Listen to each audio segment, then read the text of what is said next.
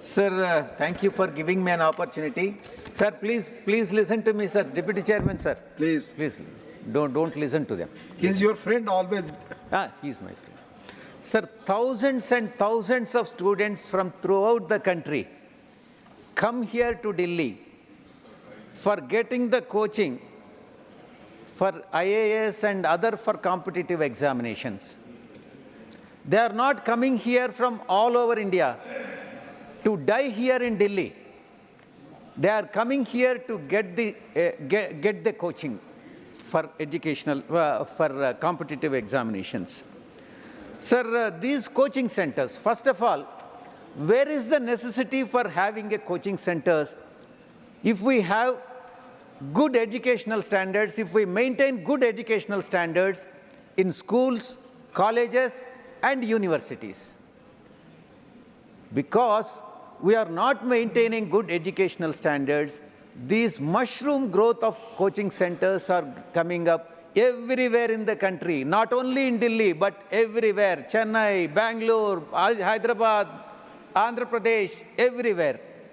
Sir, because we need to, at this point of time, we will have to emphasize and we'll have to recognize the need to improve the educational standards in colleges, schools, and in universities, and ban. I totally agree with Tambidurai ji that these coaching centers are totally, existence of these coaching centers are totally unwarranted, and they are to be banned, and by improving the educational standards in schools and colleges, sir.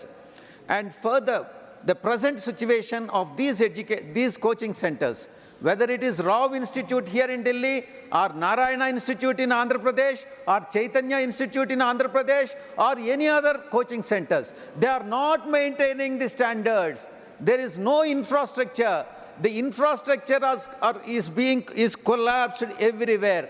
Just because some incident has occurred in Delhi, it has come up for discussion. Similar incidents are happening everywhere in the country, They are not coming up for discussion. They are not coming to the limelight, sir.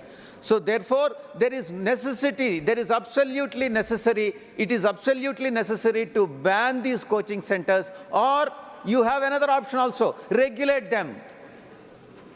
Constitute a monitoring body and make them to follow the standards, sir. Sir, the collapse of infrastructure is a failure of the government. Whether it is union government or state government, it is not the state government blaming the union government and the union government is blaming the state government. Ultimately, LG is also vested with the power. So therefore, both the governments are responsible for this, not only for this incident, the incidents that are occurring elsewhere in the country. Also, the respective state governments are responsible, sir. Sir, the Delhi was ranked 44th most congested city among 387 cities globally, sir.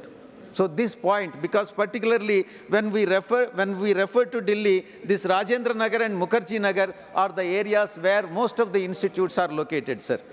Sir, my appeal to you, through you, sir, thousands and thousands of bright students are coming to Delhi, as I have told, to prepare for the examinations, not to die in Delhi, sir. And the negligent governments and officials should be held responsible, and appropriate action is to be initiated both on the governments as well as on the bureaucrats, sir. Sir, I appeal to LG against the similar coaching institutes running illegal commercial activities. In the instant case, sir, it is a basement meant for parking. Why LG or state government allowed it to be used for staying students? So there is complete irresponsibility, sir. We must also take action against the MCD officials, and sir, draining and infrastructure to prevent waterlogging have collapsed in Delhi. Not only in Delhi, in other parts of the country also, sir. Requisite compensation, as Madam has pointed out, is to be given. Of course, compensation can never compensate the life. Life will not come. But of course, compensation is to be paid, sir. It should be, not 1 crore, it should be 3 crores for each student, sir. Accountability must be taken by the government, and action must be taken against both the governments, sir. Coaching, as I've said, Coaching centers are to be banned. They are not required for the country, and educational institutions, universities have to be encouraged, and then standards have to be improved. And sir, coaching centers, sir, again, very important point.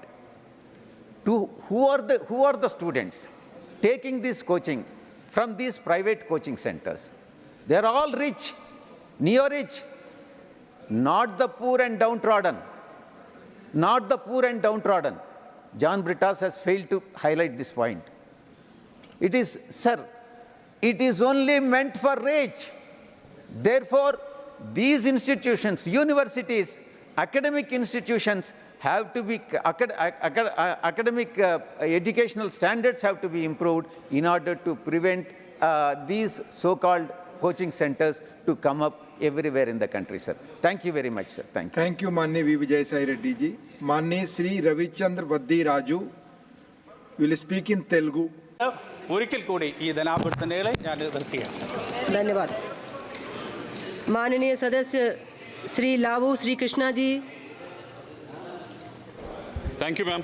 Thank you for allowing me to speak on Union Budget 2024, ma'am. Let me start off by congratulating Finance Minister for submitting for, Union Budget for the 6th consecutive time. We are all really proud of you, ma'am. There are some unsavory comments that have been made regarding not being educated in Harvard or Cambridge or something. But you should all remember, all the members should remember that there's a tall reader who came from Tamil Nadu, Kamaraj, who has not been educated or not finished his schooling also, but he's the one who has come forward and started the midday meal scheme and done something great for this country. So education and leadership, is not totally related. So I hope and I wish that opposition realizes that. And coming to the budget, ma'am, there are 3 issues that have been raised mainly by the opposition with regards to Sarkar Bachao budget, and second one is upholding of federalism, and third one is AP, Andhra Pradesh being given some special treatment. Let me talk of Sarkar Bachao budget. Before, when we talk about that, I think opposition should remember they formed the government 3 times, in 2009, 2004, 1991, wherein all the times they have got only, in 2009 they got 206 seats, in 2004 they got 145 seats, and in 1991 they got 232 seats. But here we are, NDA has won more than 272 seats, and BJP has won more than 240 seats, and we are very sure that this government will run for the next 5 years. Rest assured, nothing to worry about that. And these are the different times. Prime Minister Modi has been elected 3rd time, unprecedented time. He has been definitely. So this is unprecedented, ma'am, what we are seeing. Modi being elected 3rd time, ma'am.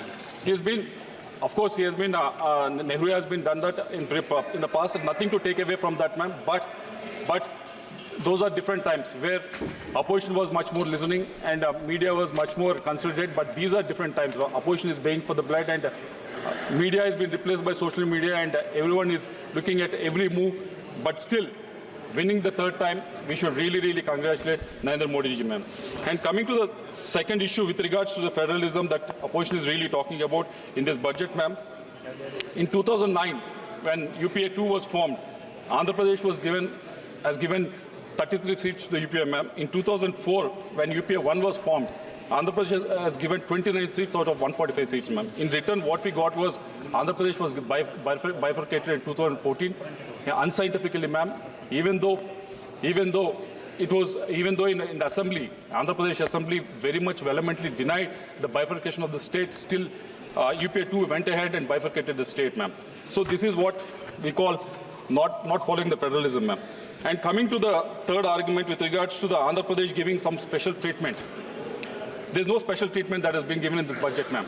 Say, for example, that 15,000 crores that has been given a grant, very much it has been there in the AP Reorganization Act that has been mentioned in 2014 itself, ma'am, wherein Section 94 of the AP Reorganization Act clearly states that special grant has to be given to the state of Andhra Pradesh for building of the capital, ma'am. Coming to the Polavaram project, again in the AP Reorganization Act in Section 90, it was very much clearly mentioned that Polavaram irrigation project, a lifeline of Andhra Pradesh, is to be given, is to be completed, and it is a national project, ma'am. So there is no such special thing that has been done in this, ma'am. And coming to the industrial development infrastructure grant that has been given to us, ma'am, it is very much mentioned in the AP Reorganization Act, Section 94 of 1, ma'am, that for the industrial development of the state, which Andhra Pradesh is very much lacking because all the industry was there in Telangana, ma'am. It is very much clearly mentioned in the AP Reorganization Act. Coming to the grants for the backward region of North Coastal Andhra and North Coastal Andhra and Rayalaseema, ma'am, it is also very much mentioned in the AP Reorganization Act, Section 94 of 2, ma'am. So I wish and I hope that opposition don't have this amnesia, ma'am, selective amnesia, because they only drafted this act, and they should read this act before making these unsavory comments about Andhra Pradesh giving some special treatment, ma'am.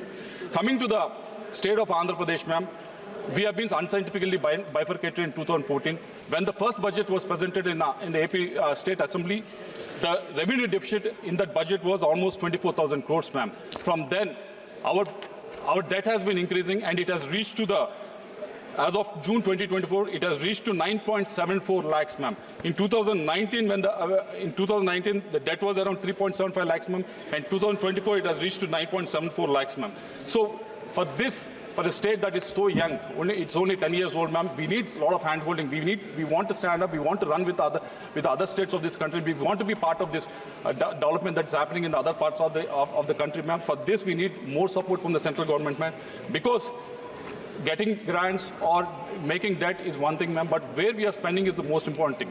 If you are spending it on, if you can balance both welfare and infrastructure, yes, that is a good way of spending it, ma'am. But the problem that has happened for Andhra Pradesh was that from 2019 to 24, coming to Water Resource Department, only 20,000 crores was spent on it, ma'am. From 2014 to 19, in the same Water Resources Department, we spent almost 47,000 crores. So it has gone down by almost 60% in the capital expenditure in the Water Resources Department. When it comes to transports, roads and buildings, in 2014 to 19, Andhra Pradesh spent 8,800 crores, ma'am, but from 19 to 24, it has come down to 1,357 crores, ma'am. It has almost come down by almost 70%. So creating a debt, getting money, borrowing money is one thing, ma'am, but where we are spending is the most important thing. We are very much confident that we want to be part of this development. We want to reconstruct the state. We want to rebuild the state. We need more support from the union government, which we are looking forward, man.